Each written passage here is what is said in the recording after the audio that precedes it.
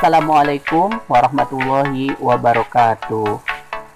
Murangkali sadayana kumaha daramang. Mudah-mudahan urang sadayana aya dina kawilujengan.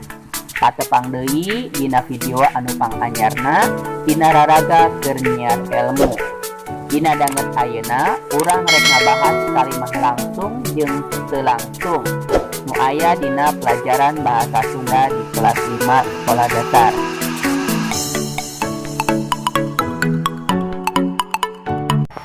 Bahan ajar bahasa Sunda danget ayeuna nyaeta ngeunaan kalimah langsung jeung kalimah teu langsung.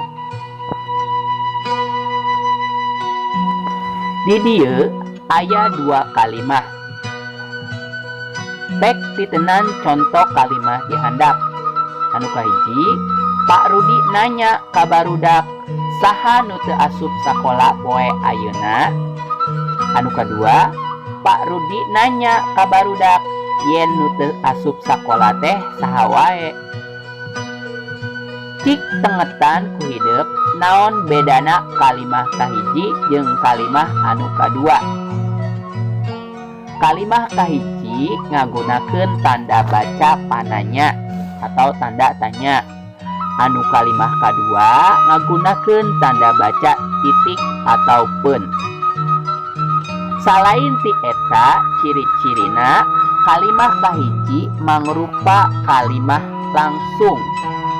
Kalimah anu lamun anu kadua, kalimah anu kadua nyaeta kalimah teu langsung. Naon anu disebut kalimah langsung jeung kalimah teu langsung? Dina panguneman sapopoe, urang geus biasa ngucapkeun kalimat langsung ka jalma anu diajak nyarita. Kusabab urang can apal kana kalimah langsung jeung kana kalimah teu langsung, kusabab kitu regepkeun ku urang sadaya, urang baris rek ngabahas kalimah langsung jeung kalimah teu langsung.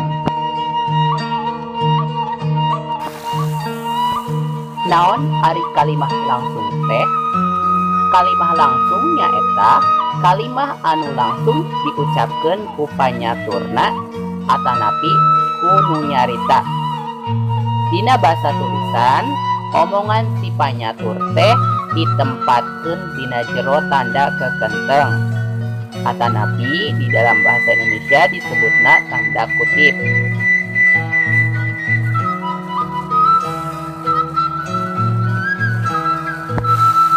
Contoh kalimah langsung nu kahiji, Pak Wawan nanya ka barudak, saha nu teu asup sakola poe ayeuna? Nu kadua, iraha datang ti Bandung teh Wan, Mang Jaja naros. Tong poho lamun urang nulis kalimah langsung make tanda kekenteng.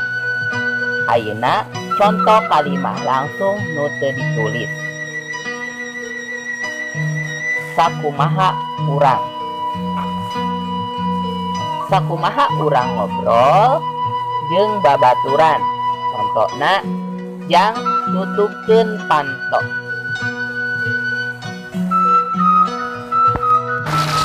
Naon ari kalimah teu langsung teh? Kalimah teu langsung nyaeta kalimah anu diucapkeun henteu diucapkeunna ku panyaturna. Kalimah teu langsung ieu sifatna naratif atawa nyaritakeun.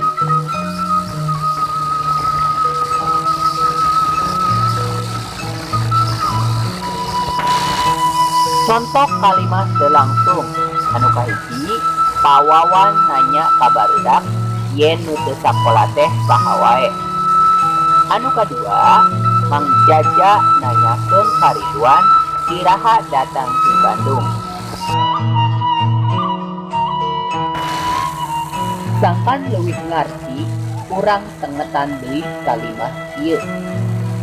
Cara ngarubah kalimah langsung kana kalimah teu langsung atawa sabalikna. Nu kahiji, Pak Rudi nanya ka barudak, yen teu asup sakola teh saha wae? eta kasus contoh kalimah teu langsung. Parudi nanya ka barudak, koma saha wae anu teu asup sakola poe ieu teh? Kalimah eta contoh kalimah langsung. Anu kadua, Rita nitah daguan kababaturan, eta kaasup kalimah teu langsung. Daguan atuh hei ceuk Rita, eta contoh kalimah langsung. Dina kalimah langsung make tanda kekenteng atanapi tanda kutik dina bahasa Indonesia. Nah, ayeuna urang bahas naon ari tanda kekenteng teh.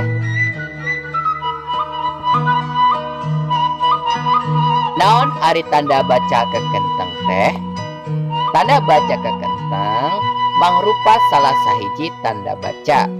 Tanda baca kekenteng dipake jang ngahapit cutatan langsung dina omongan. Dina bahasa Indonesia mah disebutna tanda kutip.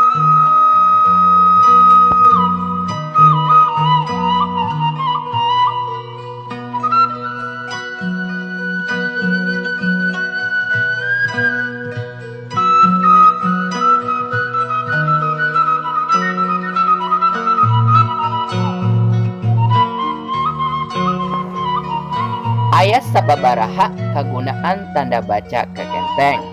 Anu kahiji dipake ngahapit cutatan langsung dina omongan. Contohna, iraha datang ti Bandung teh wan Mang Jaja ngaros.